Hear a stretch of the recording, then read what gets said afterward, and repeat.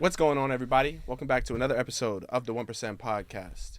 The very first episode on the YouTube channel. This will be episode 46 on Apple Podcasts and Spotify.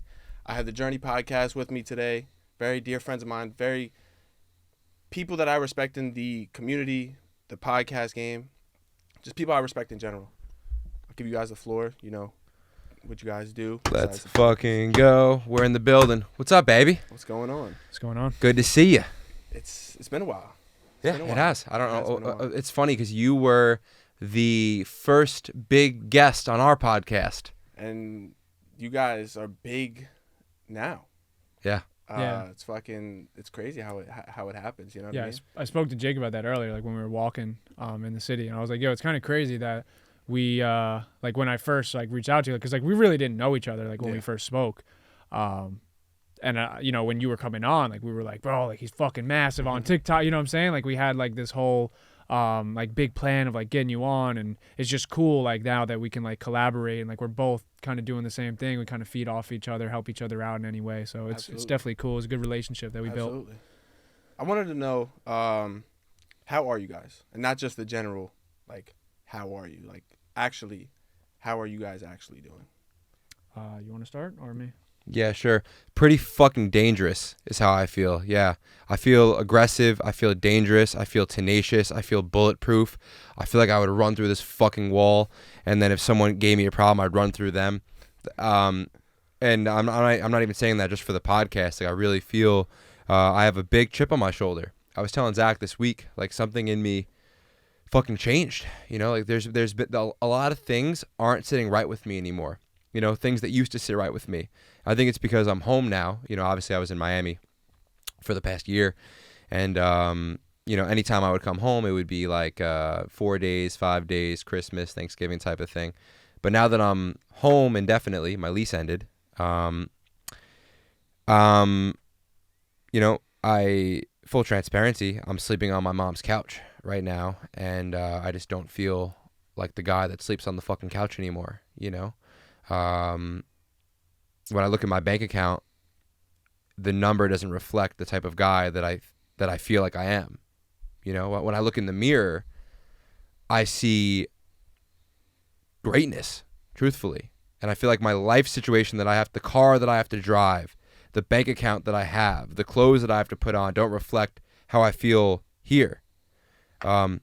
So been feeling big chip on our shoulder. Obviously, we're seeing a lot of fucking success. I'm proud of him, proud of me. I'm proud of fucking you. I'm really, things are really good, and now I'm kind of at the place where I realize, bro, no one's coming to save us but us. I really realized that, and I think that that's been really important for me. It's been a big part of my journey. Is I think I've relied on a lot of other people to come save the day, or come give me the information, come give me the resources. But bro, the truth is men are supposed to be resourceful. So I'm not waiting around for money or guests or an opportunity or the fucking algorithm. I'm going out there and I'm getting it no matter what. So that's how I feel. How do you feel? Yeah. Bro, I feel this is honestly the best I've felt in a long time. Obviously I was pretty down a couple months ago.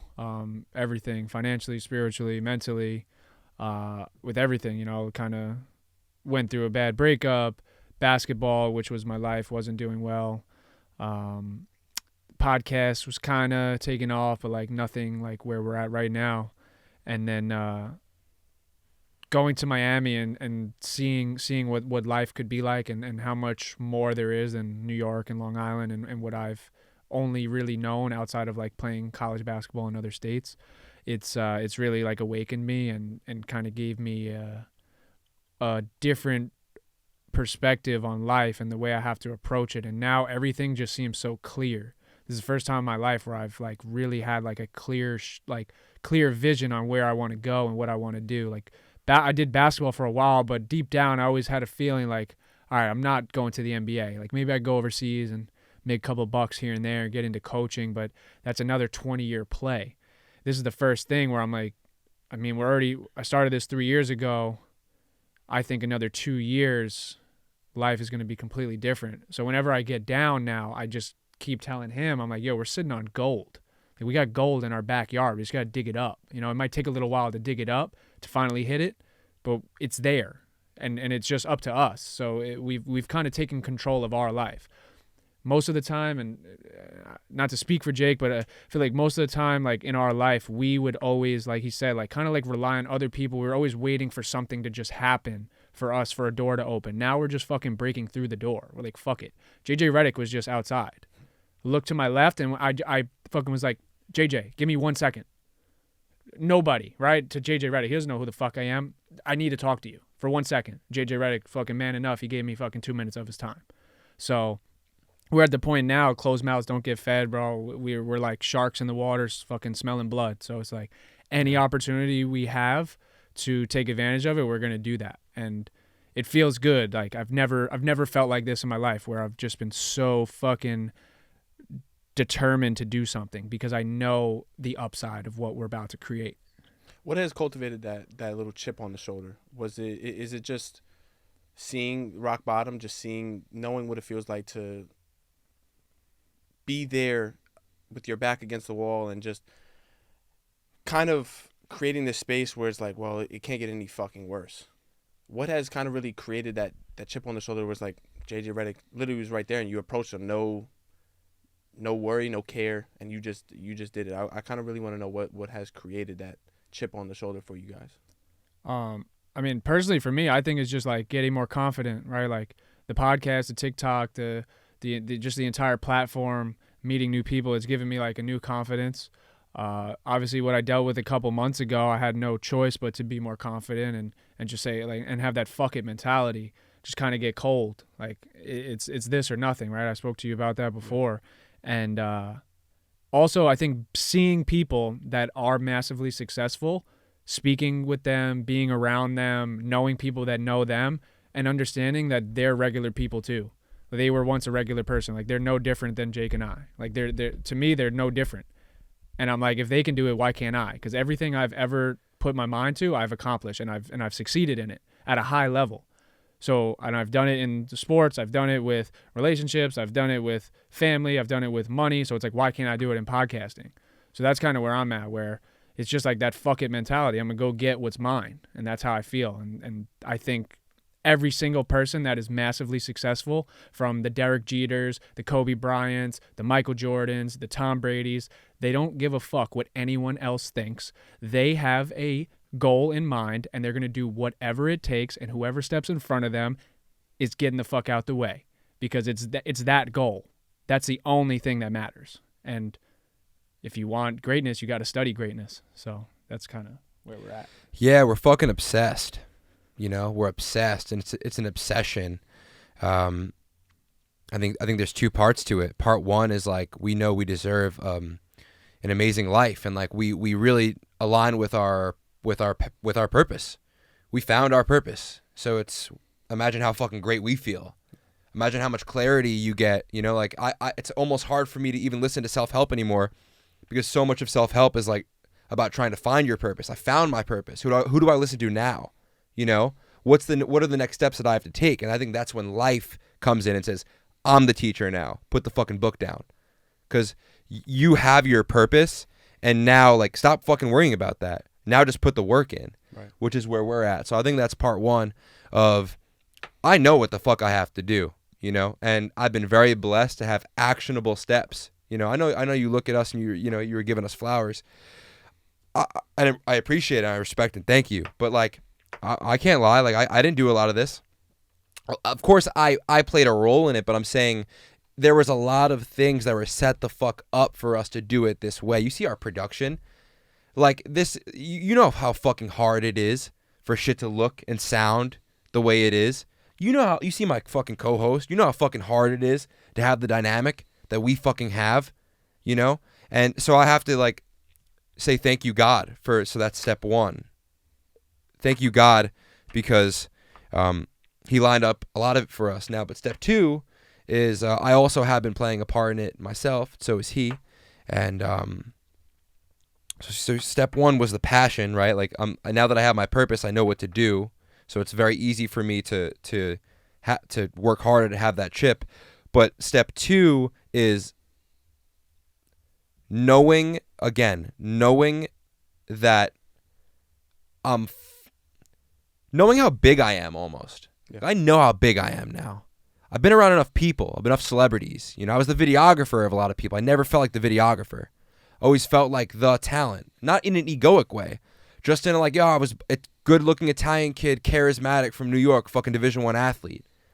And people are following around like this 5'2" fucking guy that like crack jokes on the internet, but when you fucking try to have a conversation with him in person, he can't even speak. So I'm not trying to be egoic or be an asshole, but I know what the fuck I am. You know, so that's where I'm tired of people, and then people fucking gatekeep too. That we ran into that like crazy. You know how much fucking people said, hey, yeah, I'll do this for you. Yeah, I'll fucking answer your DM. Yeah, I'll come on the podcast. Yeah, I'll help you get guests on. And then when you hit them up, they're fucking absent. And it's like, how much more times, like you know, like how much more fuel does God want us to fucking have? I think that's what it is. It's almost an everyday thing now, you know. So and it's good. I think that for anyone watching and hearing, you know, that this is again, this is what I think Zach said it great is, you know, you look at a lot of the greats and you realize they're obsessed, you know, like they're, again, like it's every single day that I go on that I'm not where I want to be, I'm further and further in my, I guess, in that chip on my shoulder, I guess. So that's the answer. Yeah. I like that. Yeah. I think you need to have that sort of that confidence. You know, obviously we talked a lot about, you know, manifestation, but between all of us, we talked about, you know, the alchemist and kind of like the omens and how, you know, they'll drop little things along the way. But I think it's a testament of how hard you guys actually work and how patient. I mean, the Journey podcast, you know, it's a marathon, not a sprint. So I think that within the name, I think it's just the practice of fucking patience. And I know obviously for you guys, it's been probably hard to come across people that are like, you know, I'll have you on the pod, or they kind of in a way, as we would say, big broed, you know, that they would big bro you. Yeah. But I think it's just, there's something about people that have yet to just go down. You know, when somebody gets back up, or, you know, you see those movies where it's a boxing movie and they get knocked down, but they just keep getting back up. They keep getting back up, and every time that they get knocked down, they learn just a little bit more lessons, and just a little bit more patient, and just a little bit more diligent in their process. And I think that with you guys, no matter how many fucking times you guys want to get knocked down, you guys will continuously get up. I enjoy it now. I enjoy getting knocked down because, bro, like, I'm so set in the belief that we're going to become massively successful. So I find an answer in every single thing. So like, if we get knocked down, or if someone big boys us, someone doesn't answer us, I'm like, all right, what's the lesson in it? You know? So I don't even view, and we've said this since the beginning of the podcast. You can go back 3 years ago. It's been the same fucking sentence, but like, I don't view failure as failure anymore. But like now more, it's a crazy thing when your goals start becoming actualized, like when your goals start becoming a real physical thing, because it creates this momentum, and that's what you're hearing in my voice. You know, that's what you're seeing right now. You're seeing it on the both of us, bro. You know how fucking confident he is now? It's insane. I can see it. I can just feel it. Right? I can see it, feel it. Yeah. Like, it's like an energetic thing. Yeah, bro. Like it's so, it's cool too, bro, because I'm kind of realizing that, like, on here, like, it's almost like by the time anyone checks up on me, because I haven't seen you in so long, you know, but it's like, I feel in this moment, like, since the last time I've seen you, bro, I've fucking leveled up like crazy, you know? So it's like, by the time anyone checks up on me, like, I'm up, you know, I'm up, and it's beautiful to know I'm going to continue to stay up, because if I can, like, the only thing that stops me is myself, right? And right now I am at the lowest I've already been to the depths of my being, of my soul. I've had fucking terrible periods of my life, months of my life. So if I didn't quit then, when I was broke and when I was having panic attacks and I was going to the hospital and my back was broken and I didn't have any friends or really anyone there for me, right? If I didn't quit then, what makes, like, I'm not going to quit when I got money and I have resources to do things, and we have one of the most successful podcasts in the world. I'm going to feel better and better and better. So it's my bad for cutting you off, but I just wanted to say, like, Nah, you're good, bro. just feels. It's almost like I'm like flexing how much harder I'm working than everyone else. Like, I don't give a shit. You can go to the club and flex your fucking money and flex fucking your fucking veneers and your Rolex watch. And it's like, bro, just know we're fucking coming. You know? So, feels good. I mean, I just personally relate a lot of the success to the impact that we're having. Yeah. Like, I get hundreds of messages a week saying how much we're changing people's lives, how much we're helping people, how much we're getting people out of bad situations. From when me and you did the first one, when I talked about my mom, you know, with the situation in school, you know how many messages I got from 13, 14-year-olds that just lost their mom? Like, every day, I'm still getting them. And then I tell them how I did it. I'm like, yo, you have a fucking guardian angel now. Now you have a why. Now you have someone always watching you. Now you have motivation to chase that thing that you wanted. Now you can have that I don't give a fuck mentality. I already went through the worst thing possible. What else is going to fucking faze me?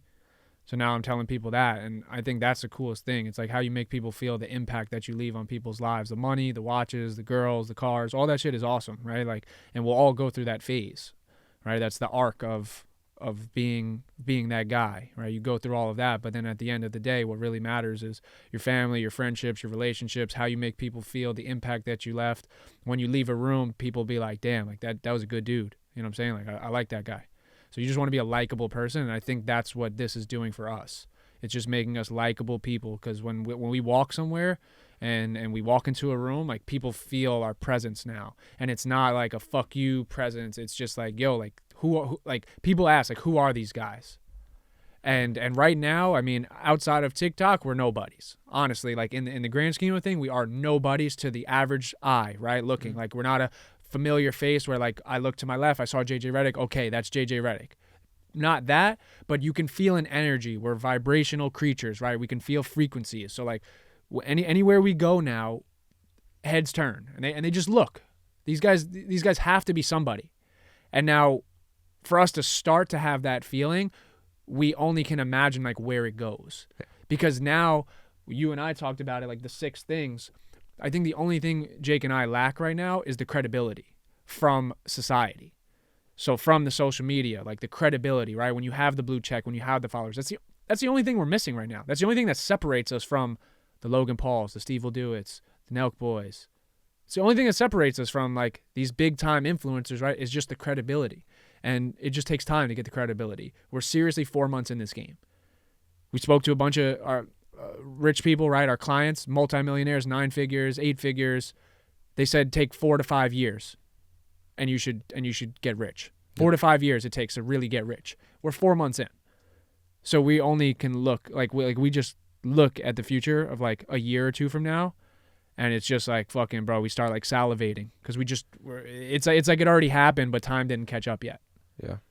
To anybody that's listening that may want to feel that presence, that, you know, when you step in a room and you can just feel the aura, oh, these guys are somebody. To somebody listening, what would you advise for them to do? Become that person? To, like, become the person that, like, has that aura, you're saying? Yeah. I would say you have to get really good at something.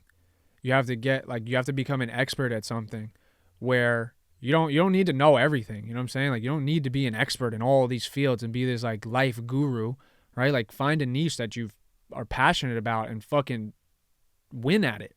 Be a winner at something. Winning is what creates confidence. Everything in life are like, these are all these, like, little micro wins that pile up. And what does that do? It makes you feel better inside. So there's a lot of people, I think, like celebrities, that they may look like they have that, but they really aren't when they get alone, because they don't like themselves. Why? Because they're inauthentic. That's the main thing. When you're your authentic self and you can be successful being authentic, that's what separates you from the pack.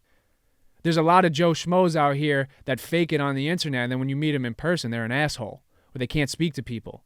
It's because they're inauthentic. They're not being themselves of what they're portraying on the internet. Us, we're authentic. Everything we do, what you see is what you get. And you can't fake that. You can never fake being authentic and being your original self. That's what separates you from people. That's why the people that are the best of the best in all these fields, right, especially in the podcast field, they're themselves. Aiden Ross was always himself. He's the biggest streamer on the planet. Just signed $75 million deal. 2 years, 150 mil. Kai Cenat is himself. Logan Paul has been himself. That it's hurt him at times, right? He got canceled fucking twice. But what'd he do? He bounced back because he's just always himself. So that's what I would say. Be your fucking self. And when you're yourself, you're going to be confident in what you do because you love what you do. It's really hard to give advice on that. I think Zach said it fucking, I think Zach said it amazing. It's really hard for me to give advice on that because, like, bro, I'm not a fucking life coach yet, We will be one day, and, like, I love giving people advice and this and that, but it's like, realistically, your life experience is your greatest teacher, so it's almost hard to, because again, bro, when I look at my life and, like, it's very hard to be this guy. There's very few guys like that. So it's not like this. I don't think it's this fucking thing you write on a Post-it note. I want to have this fucking aura. I want to have this fucking essence. Like, if you're fucking worried about having this aura, you're having this essence, you're not going to fucking have it. I'm not thinking about being this guy. I'm just fucking, I'm very blessed to have the life experience, and a lot of it came from the suffering. I think that's what creates that fucking aura, is I was more willing to suffer when other people weren't, so I think that's why people can feel the passion and can feel the energy. It's because, like, bro, I'm not speaking out of a fucking book, and but so, like, one of my goals one day is to, like, eventually become a life coach and, like, have more answers for people. But it's still, I'm not in this. I don't podcast to, like, my intention, bro, of podcasting. I know this might sound bad, but, like, my intention of podcasting, bro, isn't to, like, change the world. I'm not trying to change the world. My intention behind podcasting, it's, like, more like a therapy session for me.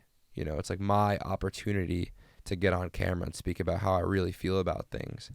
And I'm just documenting a conversation with my boy. And it's going massively viral, and that's why we keep doing it. But I would feel like a hypocrite if I was giving people crazy advice, crazy game all the time, because mentally, I'm not where the fuck I want to be at all. On paper, I'm crushing. But mentally, I'd probably say I'm some of the worst I've been. Now, the reason why I'm not sitting in a corner in fetal position right now is because I've gotten okay with being in a bad position mentally. It's not such a big deal to me anymore. And I think that obviously I was blessed there to, like, go through the experiences that I've been through. But I would like to give people advice. I would be more willing to give more people advice when I feel great myself. But I can't teach someone how to get the aura, because that's a fucking hard thing. I don't know what I can do. I don't know what I could single out for that. But I certainly can help someone change their current situation, because that's fucking easy. I think that the best way to do that is just to tap in to all of the spiritual stuff. We did a podcast, like, I don't know, 10 episodes ago, where Zach was like, yeah, bro, you really weren't on. You just kept saying you got to tap in, because that's where I was at. Like, I was like, bro, I think the only way to become successful is you have to strip yourself naked and be willing to, like, stand before God and say, like, I need fucking help. Give me a book to read. Give me a fucking meditation to do. Give me a person to talk to. It's like, the only way, in my opinion, to become massively successful is, like, you have to, like, have nothing and turn to God.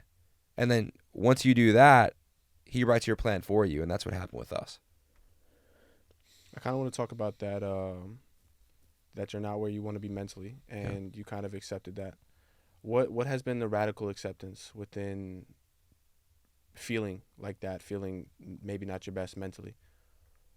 When you say, so what exactly do you mean by radical acceptance? I guess accepting that maybe you can't change that, can't change how you feel mentally, or maybe you can change how you feel mentally. Yeah, I just don't, bro, because my thoughts don't fucking steer the ship. You know, my thoughts aren't in control of the fucking car. You know, and I understand that a lot of the life experiences that I've had to endure on this path have, like, let's call it what it is. Does money buy happiness? No, but it would make me way less fucking stressed out. You know, so like part of the reason why I don't like where I'm at is because of my life situation, you know, because I don't have the time that I want to have, because I don't get to have the experiences in life that I want to have, because I can't go on a fucking spiritual retreat. I know it sounds like I'm making excuses, but like I'm just saying that I know for me, I'm okay with like not being the greatest mentally, because I know one day like I do everything in my life the same way with like extreme and maximum intensity, and like I know one day I'll go to a fucking Buddhist monastery in Japan for a year and dial that in.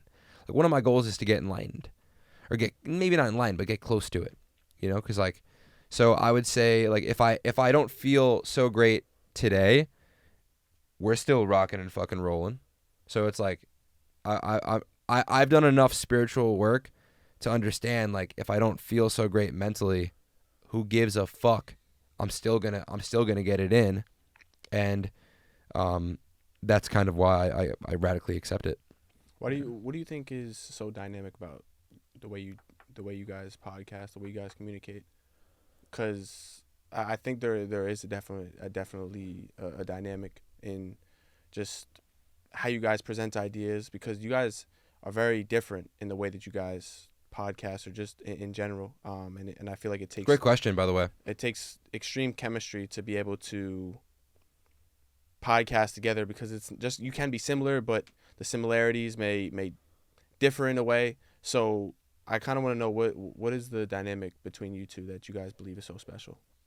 I think it really comes down to us being so different and so opposite.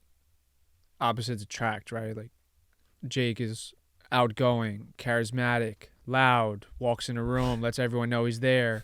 You know, he has the line in his hair, he has the dangly earring, right? He has the tattoos. He's the New York Italian kid.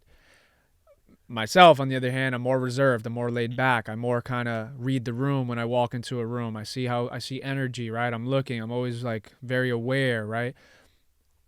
I think that works because now we take that to the podcast. Jake can have these crazy radical points and these outlandish things, right?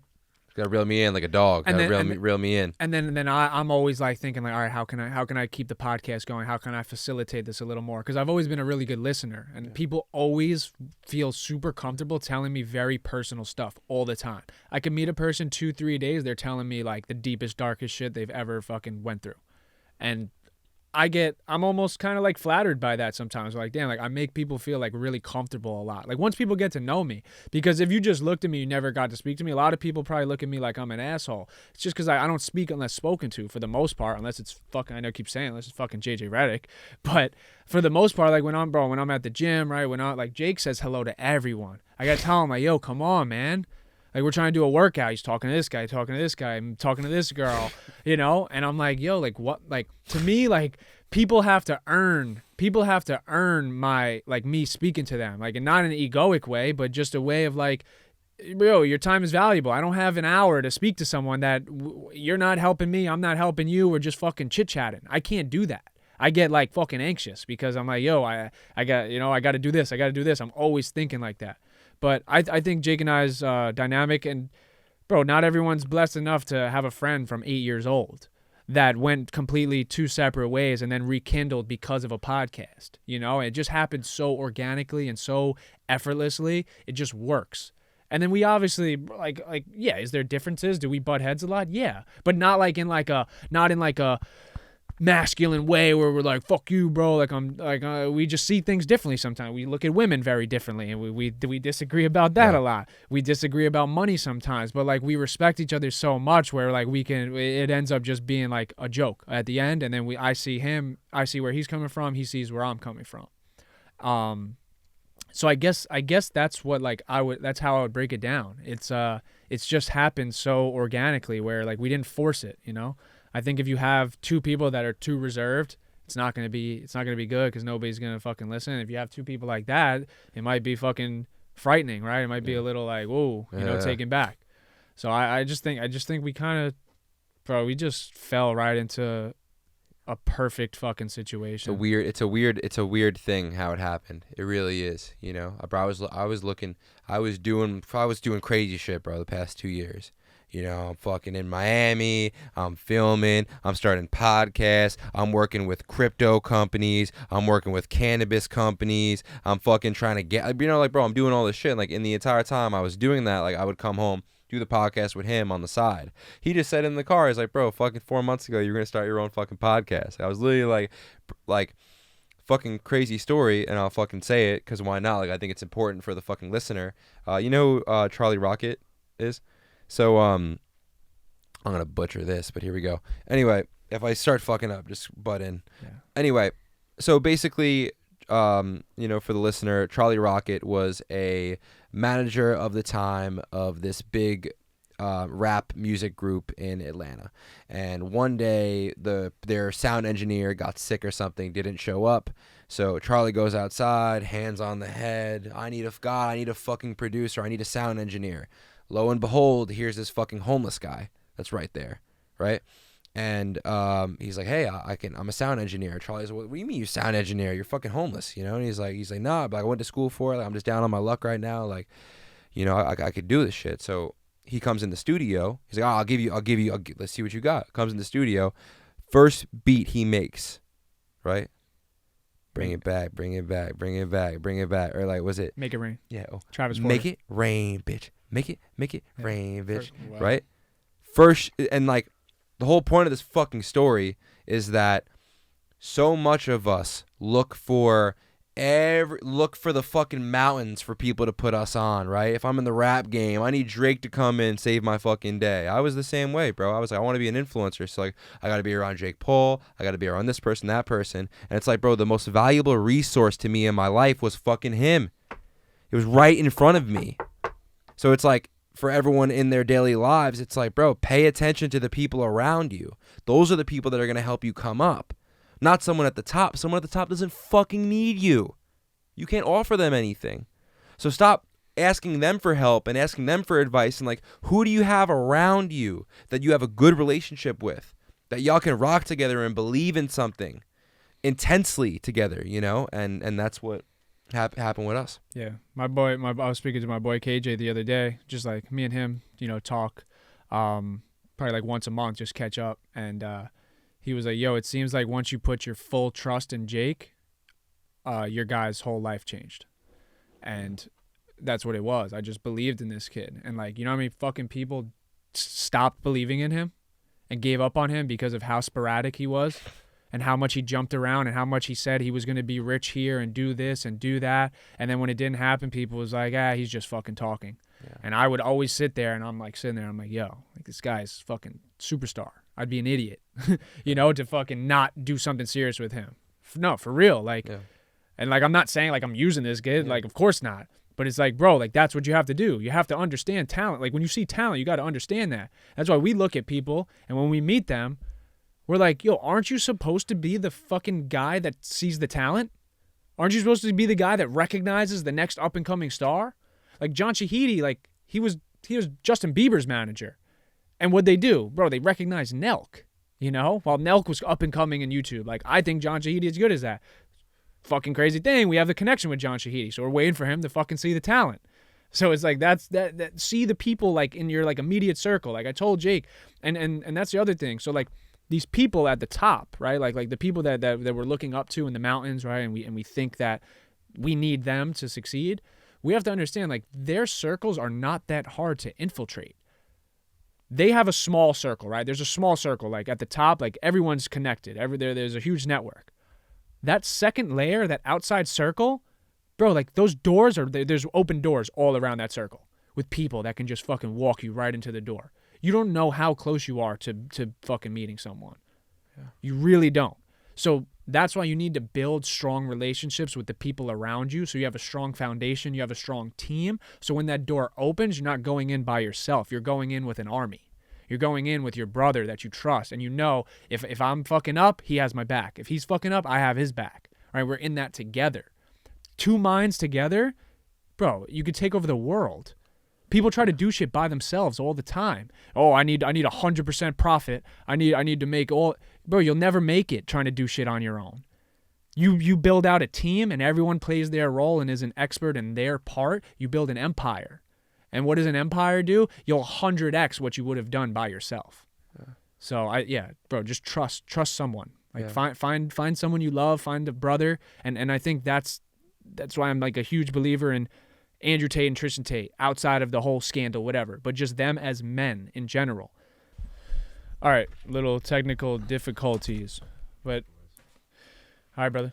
I was talking about Andrew Tate and Tristan Tate, why I respect them so much, and what I think separated them from the pack, at least as a man, with getting money and just being fucking influential. And it's because they live together and they push each other every single day.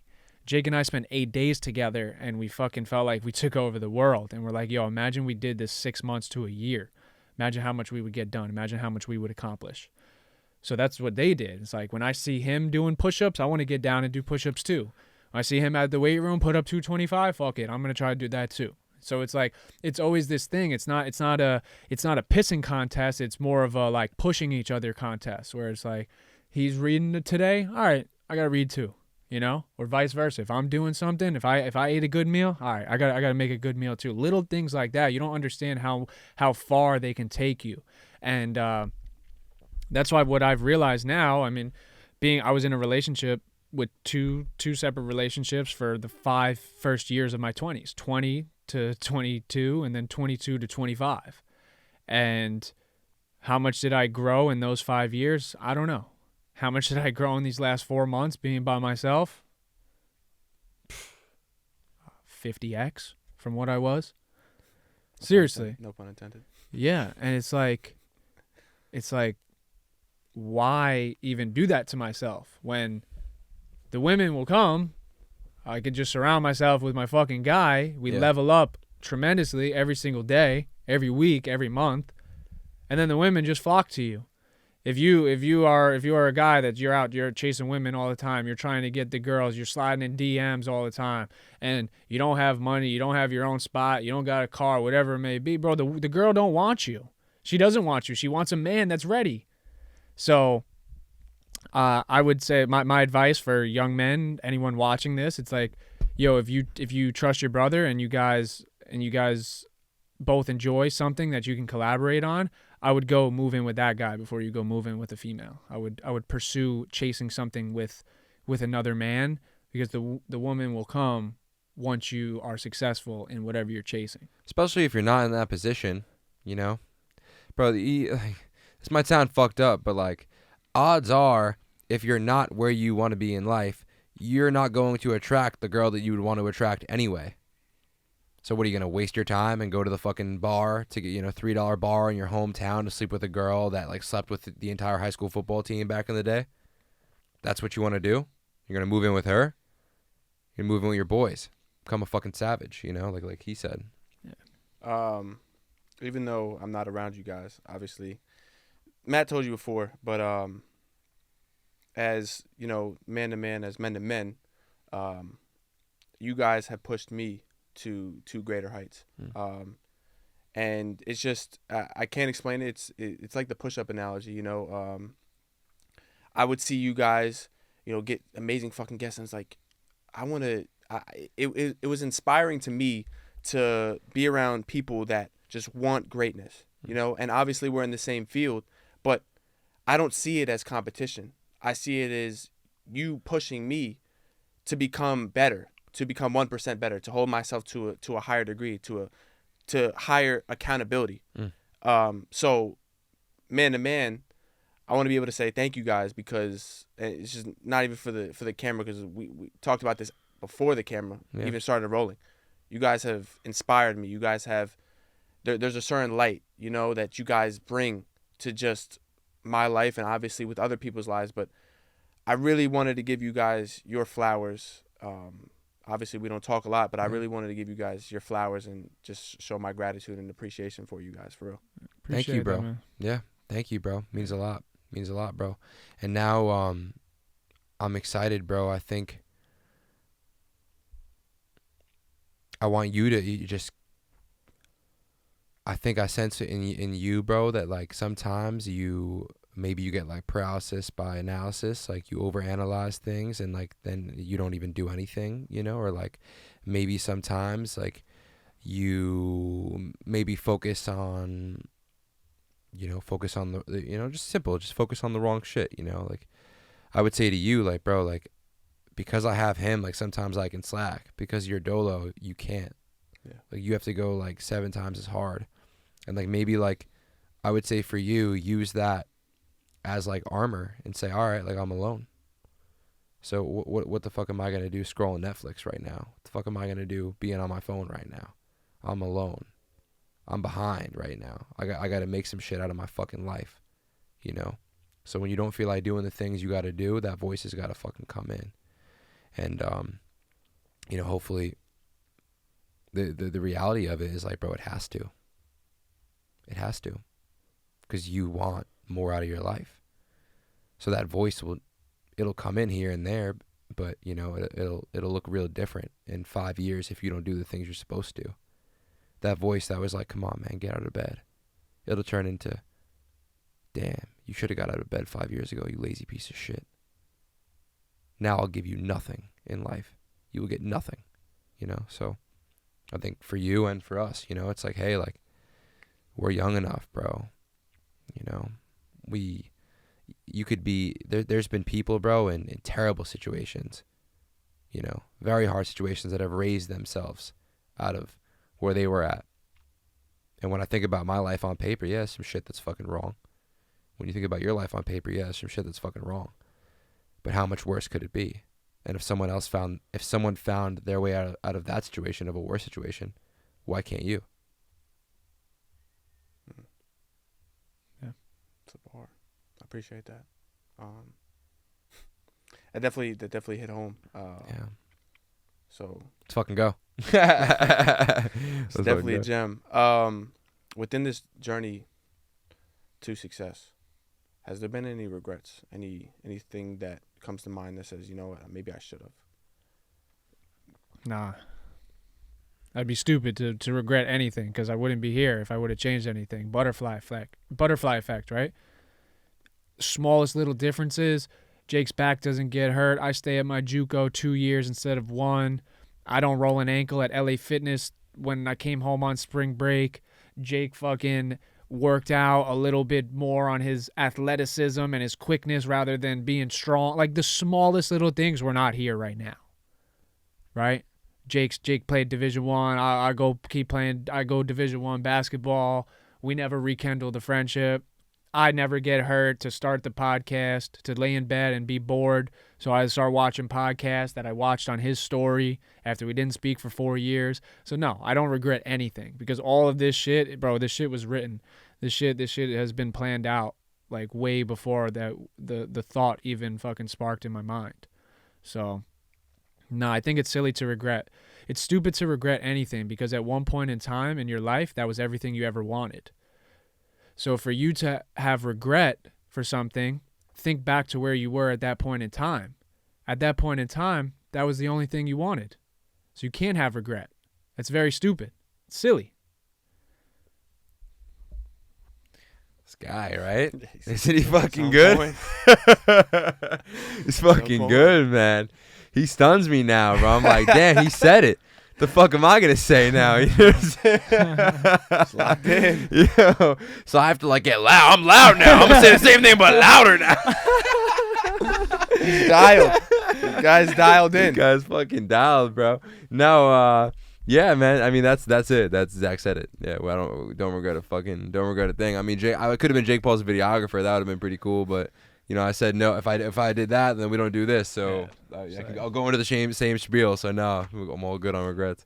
Because and then I'll finish off, because it's like we're creating the life that we want to live. If we would have made any other decisions, we would not be living this life. We literally get to wake up and create every day. Bro, we have an open book and we're fucking writing the pages the entire time. So like that, I think that's the coolest thing. We watched that video the other day. It was the coolest shit. Whereas like you die, right? You get to heaven, you get handed 2 books. One book, you're top of your class in high school, you graduate, you go to college, you marry your high school sweetheart, you guys have 2 kids, you retire at 60 and you die at 72.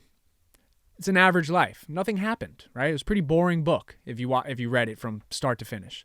Then God hands you a second book and you fucking drop out of college, you do a business startup, it fails fucking crazy, you lose all your money, you're in a relationship for 4 years, the girl breaks your heart, you fucking have nothing, you hit rock bottom, then you go back to the thing that you started, then you meet a friend that you had and you guys collaborate together, then you meet a new girl, and then you start this business, and then you're making all this money and you create your own life, right? And then you die at the same age. What book was better? The book where there was trials and tribulations, you fucking got knocked down, you fell flat on your face, then you came up and you met a girl and she broke your... That's fun, right? So like we're in it right now. We're writing that book. Think about the story. Like if we documented this whole thing, bro, when we're 40 years old, we would have had a wild fucking documentary. Like this would have been Kanye-esque documentary for the shit that we've been through. We don't even speak about half the shit that we've like actually went through. We probably forget about it. We forget almost where we came from and where we really started. So I think that's really like the main thing with that, bro. It's create your own story. To play devil's advocate, do you think that within this journey that you guys are writing, Mm-hmm. those experiences, the people, the relationships that could be cultivated within that time, do you think that by pushing those away, by neglecting it, do you think that when you get to that certain point, because you hear all the time, you hear people saying, oh yeah, I'm at the top, but it's lonely, I didn't bring nobody with me. And it goes into that point of doing it solo or doing it not with other people. Obviously, you have Jake, you have your family and stuff like that, but do you think that rejecting all of those things, rejecting all of those experiences, the relationships, the potential friendships, do you think that when you get there, it could be a little bit of lonely-esque? No. Building. Yeah, because like this is shit that's been pissing me off. No, because people didn't believe in me. People didn't believe in us. The people have been seeing what we've been doing for fucking years now. No, you don't get the luxury of being with us at the top. You didn't believe with me when I had nothing. You didn't believe in me. You didn't fucking support me. All that shit is fake love. And now that people see that we're starting to do stuff, people are coming out from the fucking neck of the woods showing love, right? Like, oh, I see what you guys are doing.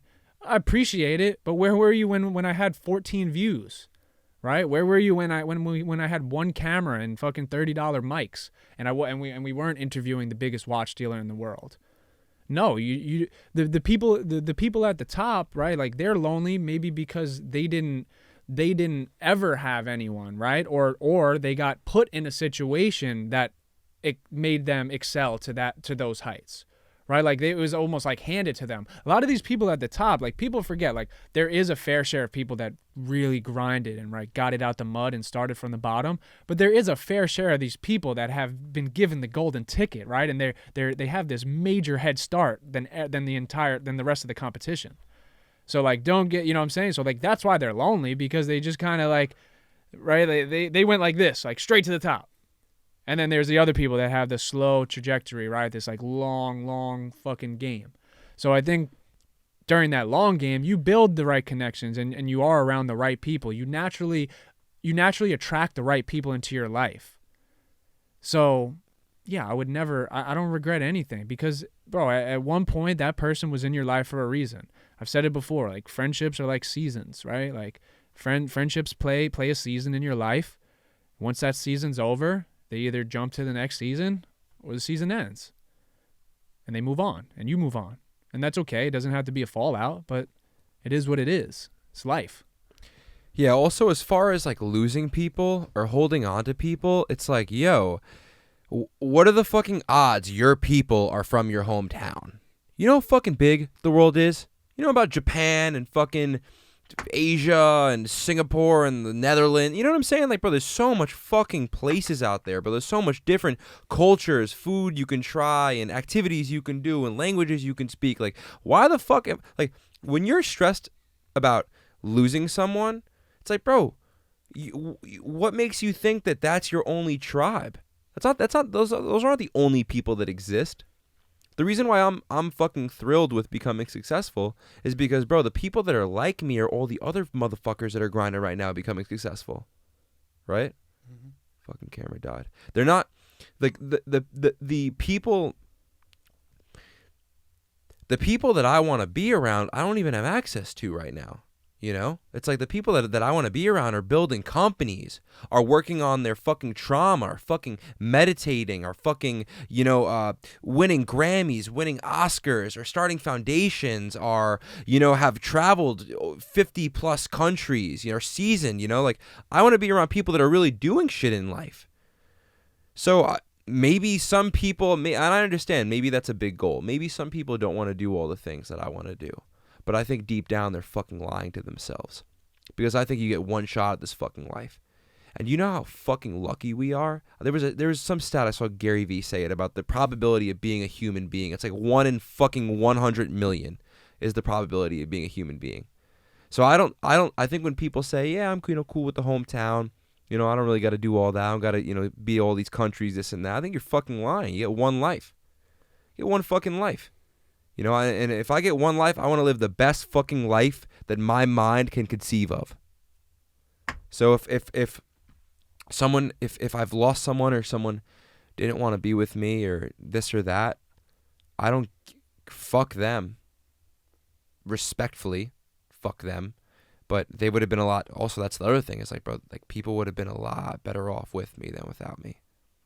I'm not saying I'm here to save someone's fucking day, but you know what? I could have. This is fucking clickbait, but Gary fucking V, Simon Sinek, I'm having you on this goddamn podcast. There you go. Cut.